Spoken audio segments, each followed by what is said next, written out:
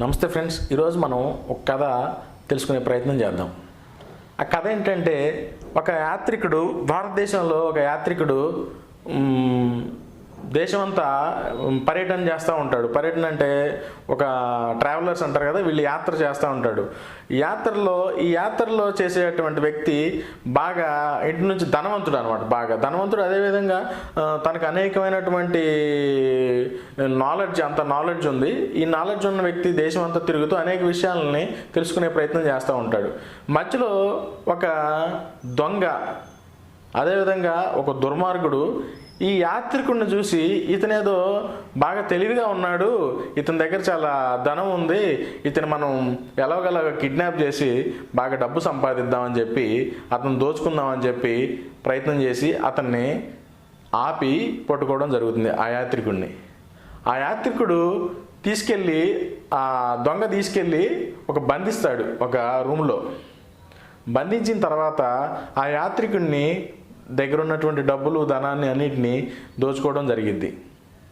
ఆ తర్వాత ఇతను కనుక బయటికి వెళ్తే మళ్ళీ మనల్ని పట్టుకుంటాడేమో, పోలీసులకి ఇలా కంప్లైంట్ చేస్తాడేమో అని చెప్పి అతన్ని చంపుదామని చెప్పి ఆ దొంగ ప్రయత్నం చేస్తాడు. కానీ అంతలోకే వాళ్ళ భార్య వస్తుంది. ఏమండి, మీరు చంపితే ఇది మీ మీదకి వస్తుంది, కాబట్టి మీరు చంపొద్దు, మీరు ఏం చేస్తారంటే అతన్ని ఆత్మహత్య చేసుకునే విధంగా మీరు మోటివేట్ చేయండి అని చెప్పి వాళ్ళ భార్య చెప్తుంది. అప్పుడు, ఒరే బాబు, నువ్వు దేశం అంతా తిరిగావు, అసలు నీకేమీ లేదు, నీ పరిస్థితి బేకార్ అయిపోయావు, నువ్వు ఇక నీకు చావు తప్ప ఏమీ లేదు అని చెప్పి మోటివేట్ చేస్తాడు. సో అతను ఆత్మహత్య చేసుకుందామని చెప్పి నిర్ణయించుకుంటాడు. ఆత్మహత్య చేసుకుందామని నిర్ణయించుకున్న సమయంలో ఎవడో ఉంటాడు కదా, వాడికి కూడా మిత్రుడు.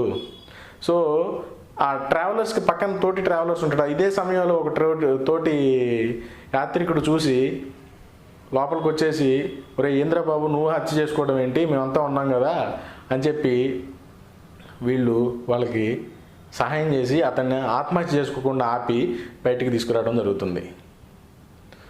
సో దీని ద్వారా నేను చెప్పాలనుకున్నది ఏంటంటే, మన దేశంలో కూడా ఇప్పుడు అదే జరుగుతూ ఉంది ఎగ్జాక్ట్గా. ఈ హిందూ అనేవాడు, జాతీయవాది అనేవాడు కొంచెం మెలకుగా ఉండి దేశంలో ఏం జరుగుతున్నాయని చెప్పి దేశంలో జరిగేటువంటి అన్ని విషయాలని తెలుసుకునే ప్రయత్నం చేస్తూ ఉన్నాడు. ఈ సమయంలో ఈ బందిపోటు దొంగ అంటే ఎవడంటే ఈ కాంగ్రెస్ వాడు అనమాట. ఈ కాంగ్రెస్ వాడు ఏం చేస్తున్నాడంటే, వీడిని పట్టుకొని వీడిని ఆల్రెడీ 70 ఏళ్ళు నాకిచ్చేసాడు. ఆశాంతం నాకిచ్చేసాడు 70 ఏళ్ళు. ఈ దేశభక్తుడు, జాతీయవాది, హిందుత్వవాది, మీరు ఏదన్నా అనుకోండి, వాడిని సంఖ నాకిచ్చేసాడు ఈ 70 ఏళ్ళు.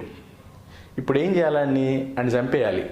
అంటే వాడిని హిందూగా, లేకపోతే ఇండియన్గా, లేకపోతే భారతీయుడిగా, అసలు వీడికి ఏమీ లేదు, వీడు ఒక బేకార్గాడు అని చెప్పి వీడిని చంపేయాలి అని చెప్పి కాంగ్రెస్ నిర్ణయించుకుంది.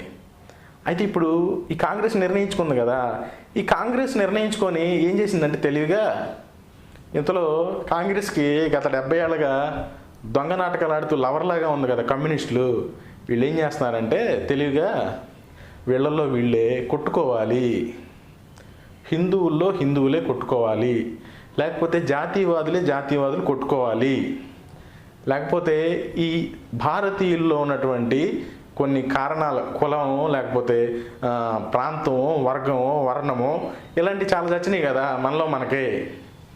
సో వీటిని బేస్ చేసుకొని కొట్లాటలు విచ్ఛిన్నం చేయాలి వీళ్ళని అని చెప్పి ఈ కాంగ్రెస్ వైఫ్ అయినటువంటి కమ్యూనిస్టులు ఉన్నారు కదా, వీళ్ళు ఆ పని చేస్తున్నారు. కాబట్టి మిత్రులైనటువంటి పెద్దలు, జాతీయవాదులు అనే వాళ్ళకి మిత్రులు ఉంటారు కదా, వీళ్ళందరూ కూడా హిందువుల్ని ఈరోజు సేవ్ చేయాల్సిన అవసరం ఉంది. వాడు సూసైడ్ చేసుకునే పనిలో ఉన్నాడు, ఆత్మహత్య చేసుకోవడానికి ప్రేరేపితుడవుతున్నాడు ఈరోజు హిందువు. వాడిని జాగృత పరచాల్సిన అవసరం ప్రతి జాతీయవాదికి ఉంది.